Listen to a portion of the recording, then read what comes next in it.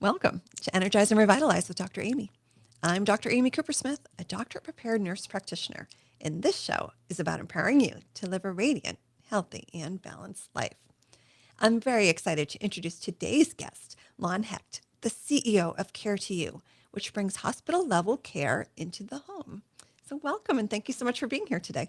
Thank you so much for having me on. I really appreciate it. Yeah. So tell us a little bit about Care to You and the inspiration behind it. Yeah, sure. So Care to You, think of us as a high acuity medical group that brings ER level care and hospital level care right to your home. So we started in the New York market. That's where we're concentrated right now. We're actually doing some fundraising to move into other markets. Nice. But our model's I'd say it's simple, but it's pretty complex as well. But to simplify it, we typically contract with health insurers and others to pay for the service. It's a fraction of the cost of ER or hospital-based care. And what happens is we get a referral, whether it's from the patient, a caregiver, a doctor, wherever it may be. We deploy into the home, usually within 2 to 4 hours. We send either a physician assistant, nurse practitioner, or paramedic into the home. They work the patient up. They spend about 60 plus minutes with a patient. Unlike the ER, as you know, it could be 5 minutes if you're lucky. Right. They then bring typically an ER physician or hospitalist physician on telehealth at the same time. So you have two providers in a visit, and they work to treat you. And they bring most of the capabilities, not all, but most of the capabilities of an ER with them.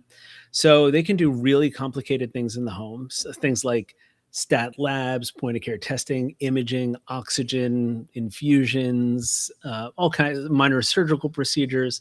You can do all those kind of things in the home. And what's great is if we can treat you in one visit, then we typically avoided an ED visit. But if you need more ongoing care, we can admit you right to our service in the home. And you can think of that as like a hospitalization. I just like to call out that we're not a hospital. So we'll call it hospital level care in the home. But we can treat you for the duration of your care needs. And then, but the last thing I'll just mention is we're not primary care doctors. So we're not longitudinal care. We're not a PCP. What we do is we're an extension of that PCP. And once we complete that episode, we're transitioning that care back to your primary care provider or specialist. All right. So what kinds of episodes might you treat in the home? Yeah, so pretty complex things. So we're doing people have COPD flare ups or congestive heart failure flare ups or pneumonia, complicated UTIs, complicated skin infections like cellulitis and other kinds of infections, dehydration, DVT. I mean, the list goes on and on. We can do some pretty complex things in the home.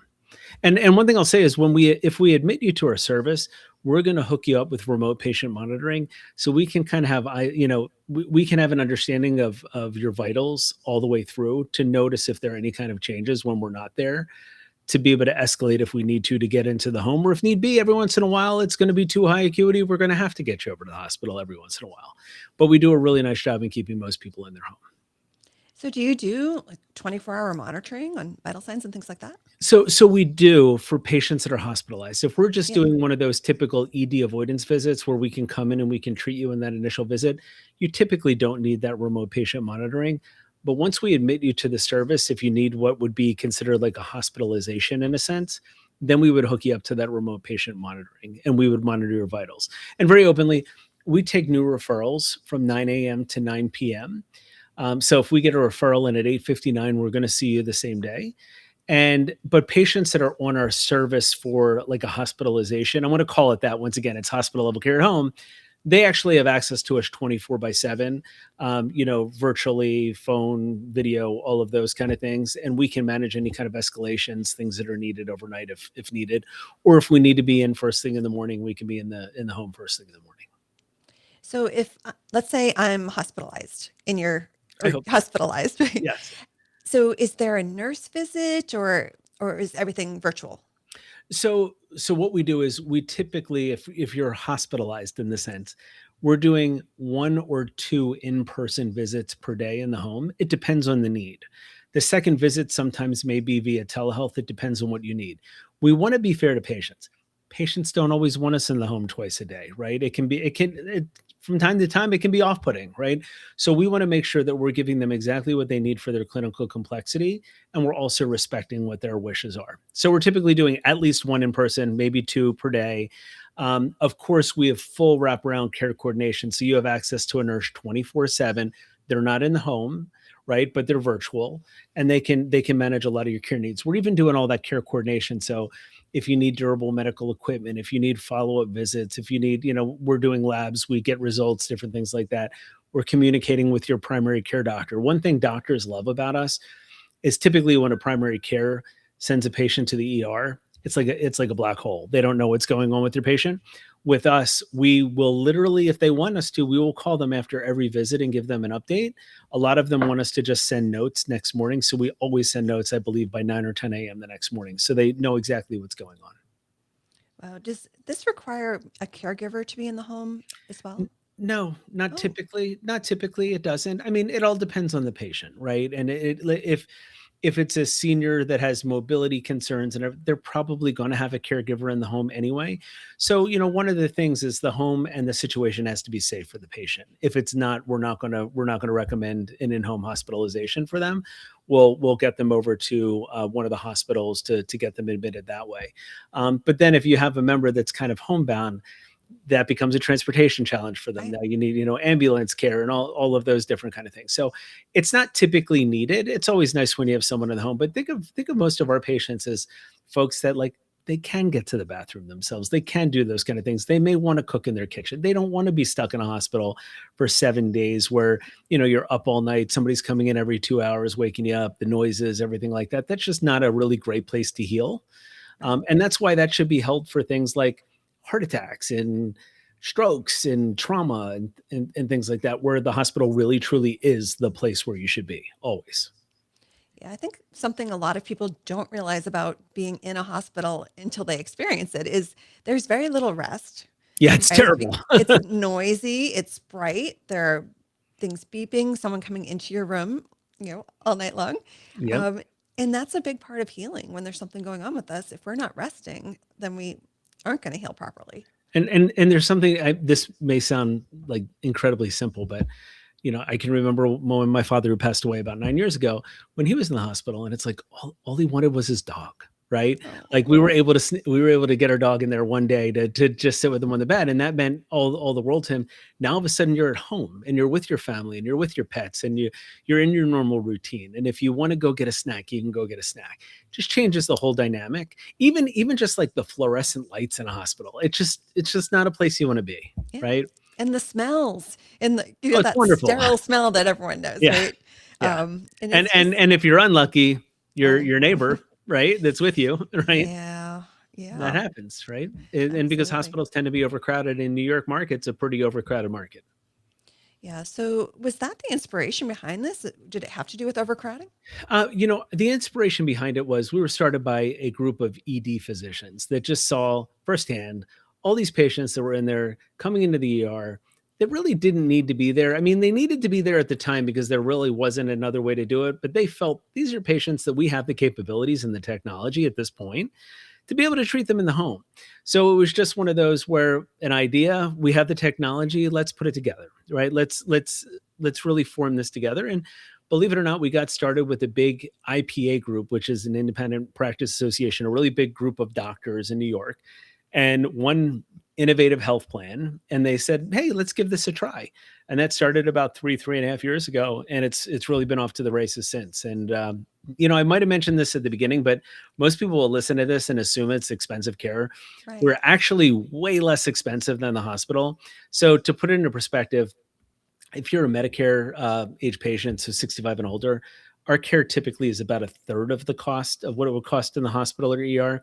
If you're a commercial age patient, somebody like you and I, which is like your traditional insurance, we're about a fifth of the cost. It's that much lower than the cost in the hospitals. And what happens is when you strip out all of that infrastructure around you, right? The costs just go down drastically. When you go to a hospital, you're not just paying for the care that you're getting, you're paying for the hospital, Right. right? And that's a really big deal. So Yeah, I'm really surprised to hear you say that because my vision is all this stuff in the home, this technology, and technology is expensive. But yeah, hospitalizations are like people without insurance when it's very, very scary, right, to be yeah, hospitalized because you'll go broke. yeah, Um, yeah. and most in getting into insurance and what it covers and what it doesn't, it's a really scary time for a lot of people. It really is. And one thing that I really like about what we do, I've been in healthcare for about 30 years. I'm a super transparent person. When people call in, I want them to understand what the cost of their care is going to be upfront. There's no hard feelings if you feel like it's not a good fit for you, you go to the ER, do what you need to do. But the reality of it is the way I've contracted with most of these insurers is that patients typically pay a specialist copay for our services, which is Mhm. really inexpensive relative to your ER copay or hospital coinsurance. So it tends to work out really, really well that way because look, let's face it, the insurers win too, right? I Right. mean, if we're delivering the care at a much lower cost point, the patient should win, the insurer should win, everyone should win that way. The one thing that always comes up, and I cringe a little bit when I hear this because people will be like, so it's concierge level care. And it's like, it kind of is, but I don't want people to think of it that way. Because when you think of concierge, you think of something that's exponentially more expensive, but we're giving somebody a concierge experience at a fraction of the cost. So I just don't like the connotation that goes with concierge is expensive, right? Right. Yeah. Absolutely. So, have you found that most insurance companies want to work in this model? Yeah, so it's really, and I'll tell you, this is the hardest part. When you have something innovative, health insurers don't know what to do with it. Like they don't Mhm. even know how to reimburse for it or do anything. So we started off with absolutely terrible reimbursement where we were losing money on every visit, right? Because we would have to bill a house call to an insurer, which is literally what they would reimburse for a doctor that comes in with a little black bag and with the stethoscope, right? And we're coming in with all these capabilities. So we were getting killed on that. So what happened was it starts with a couple of innovative insurers, and that's what we've been able to do. We've gotten some of the largest insurers in New York that have come on board and realized, wait a minute, this really works. And more are coming on board. So there are some, to be fair, that we don't have these advanced rates with. And in the worst case scenario, and I always want to be upfront and we tell people this, worst case scenario is if we don't have an advanced rate with an insurer, we can still bill them for the house call, which we lose money on. So we'd look for an enhanced care coordination fee from our member, which still tends to be significantly less expensive than what your ER copay or hospital coinsurance would be. The difference between us and them is we tell them exactly what that is up front and they know what it is. And when you go to the hospital, you don't know for like 2 months, right? And at that point, it's just way too late. So it's funny though, it's kind of a weird dynamic to have the conversation up front because everybody is in that mindset of I don't want to pay until I have to. So sometimes ignorance is bliss, right? You don't know what it's going to cost you until it costs you and it's too late. So sometimes you have those conversations and people are like, wait a minute, so it's just interesting how that works, but we really tried to be super transparent. Yeah, I think people are coming around to that. Because anyone who has had the pleasure of being treated in a hospital, those bills keep coming, and there's one for this hospital group, and then there's one. Oh, here's the X-ray, and oh, here's and you're like, how am I getting a third bill for this one visit? And it's happens all the time. Right. It's amazing. These surprise bills you get. My mother just went into assisted living and we had to get a certain test done for her, but um, we found out Medicare didn't pay for it because it wasn't a part of sick care or something. I don't remember. So we got hit with this bill through the insurer for like $400 for a test that I could go get cash pay for $60. Yes. Yet I'm on the hook for $400 because that's the negotiated rate by the insurer. And I'm like, well, just charge me the cash pay. No, we won't do that. And it's like, good Lord. Right. So like, healthcare is so complicated. I'm the CEO of a healthcare company and it's complicated. I just can't imagine what it's like for some of your listeners. And, I do this all Yeah. day long. It's complicated.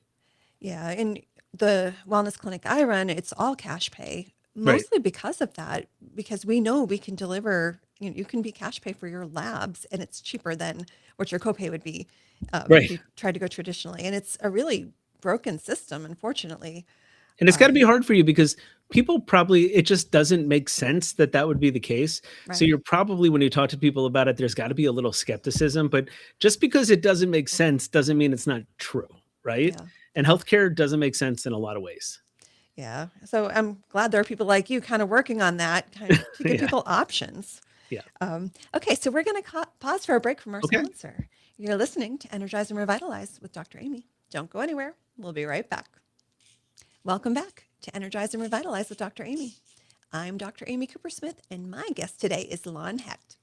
Before the break, we were talking about care to you, home based emergency level care. And specifically, Lon, you mentioned that you also, many of our listeners are in that wonderful sandwich generation where we're starting to take care of our aging parents. And you had mentioned that your mom is in assisted living, and so you know about that firsthand. I do, and it's a challenge. I mean, I Yeah. can really empathize with your listeners. I'm an only child. I have a Hmm. mother who's 82 years old that has, I will call it cognitive decline, that's in assisted living. And things changed drastically little less than a year ago, and it's really Hmm. hard, right? I mean, I try to run a business, and I'm an only child, and try to manage that. It's really a difficult thing. So total empathy for the folks that are going through Yeah. it. Nothing prepares you for that. Mm.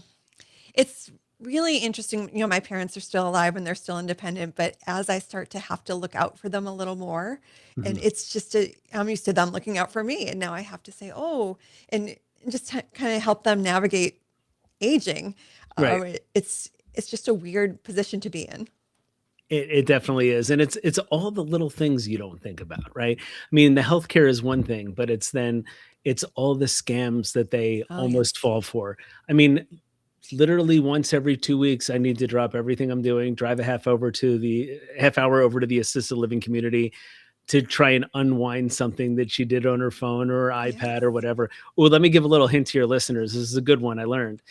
If your parent is on iPad or iPhone or whatever, buy yourself another iPad, put yourself on that account, and you can monitor everything for them to undo a lot of the problems from your own iPad in your own home, right? So, and especially when you have to take over paying bills and things like that, Mm. all the multi-factor authentication, I get those texts now rather than me calling her, because calling her and asking her to go click around is very Yep. difficult to do.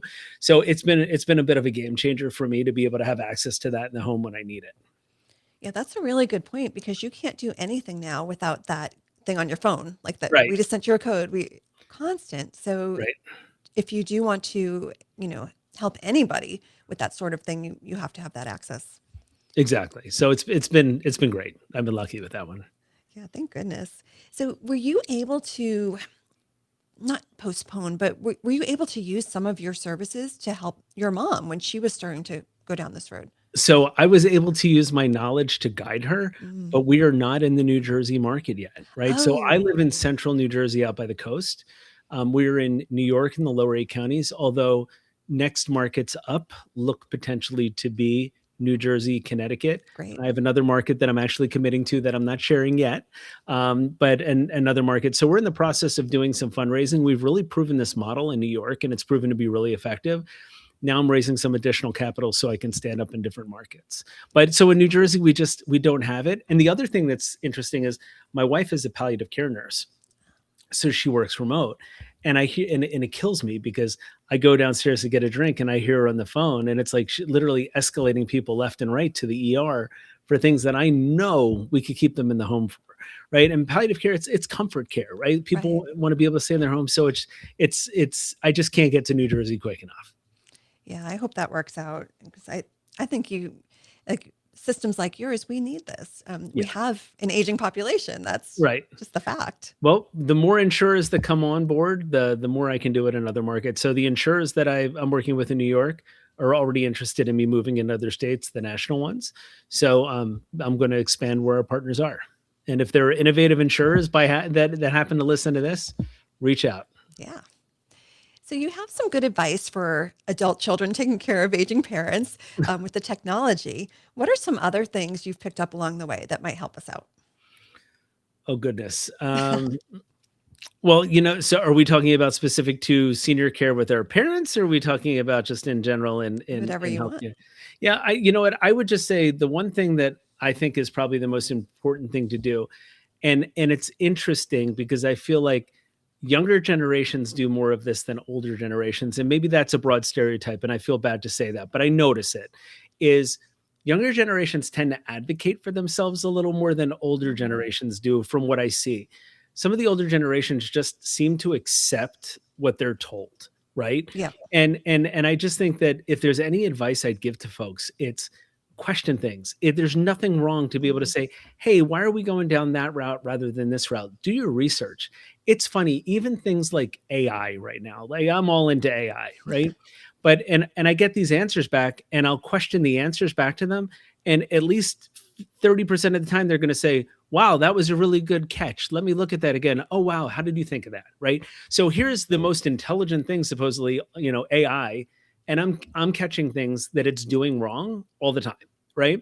So when somebody tells you that you need something, just don't take it for granted. Ask more questions and understand why they think that's the way it should be and what are other options and why are you recommending I don't do those other options. Really advocate for yourself. Absolutely. And even just that understanding of why do you feel this way? I know you have a lot of education and experience, so explain to me so I understand.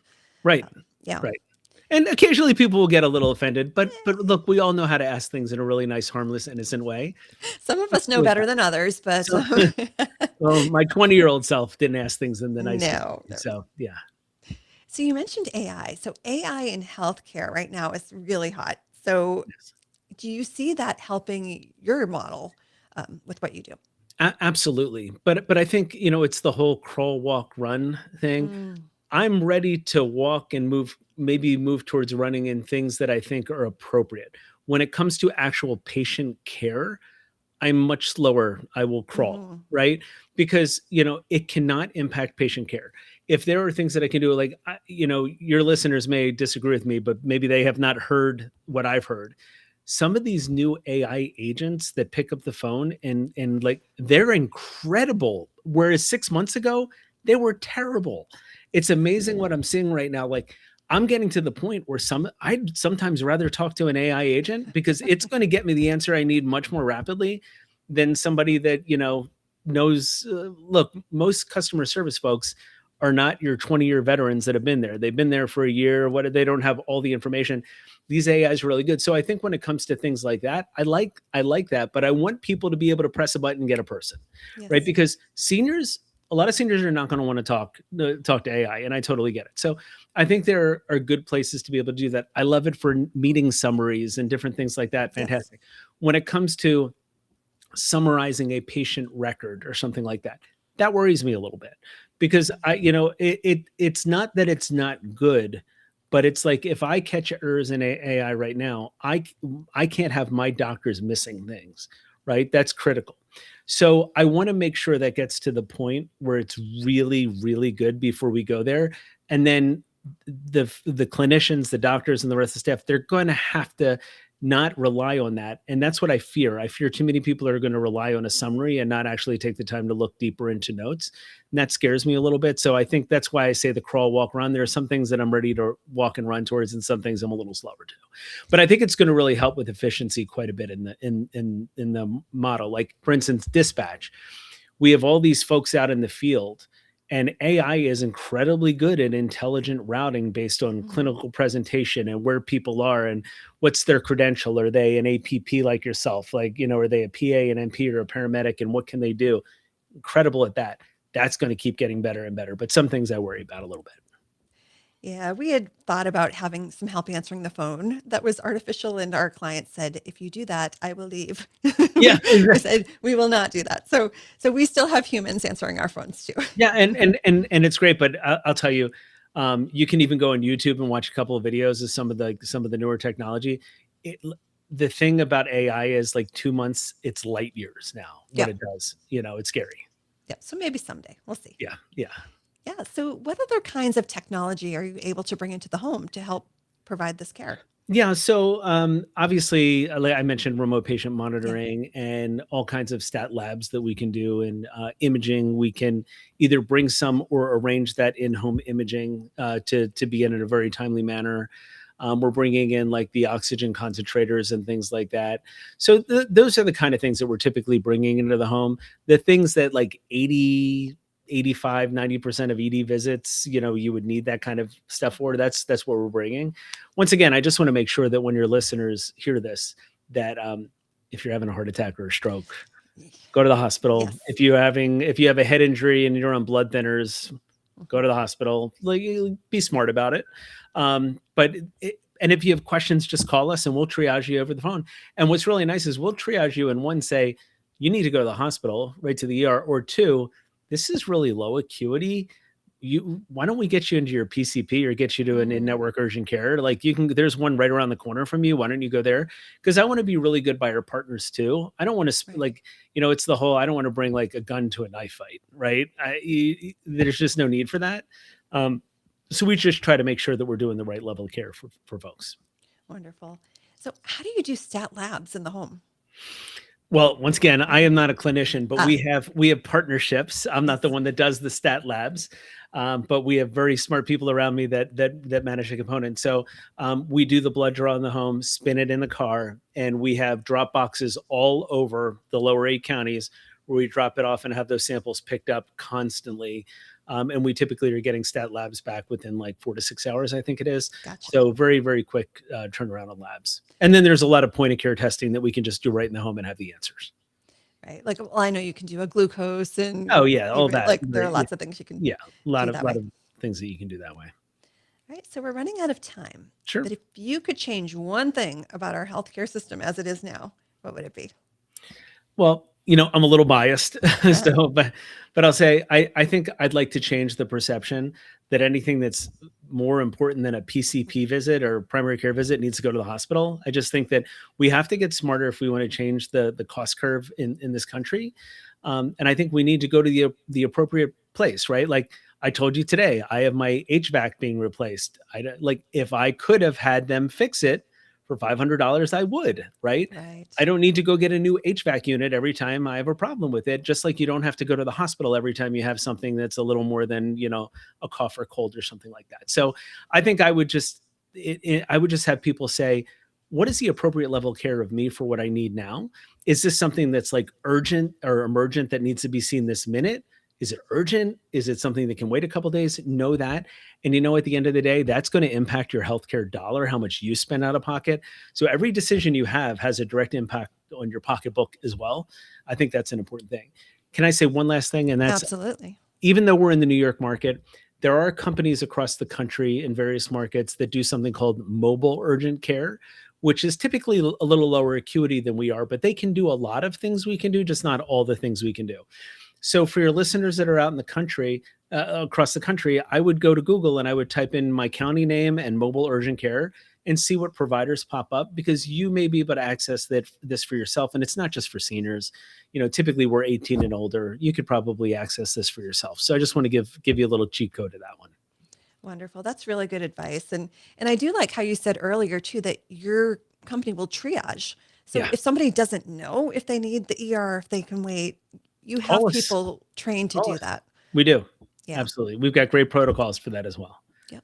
All right. Well, I really want to thank you. I learned a lot today, and hopefully our listeners did too. Thank you so much for having me on. I appreciate it. Yeah.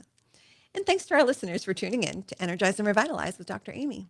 Do you have insights from this show? Send me an email at radiantpodcast2025@gmail.com. Check out past episodes on our YouTube channel, and we're also on Apple Podcasts and all your favorite platforms. I'll be back next Saturday morning at 7:30 with more expert insights and practical strategies to help you live a radiant and healthy life. Until then, here's to your best life.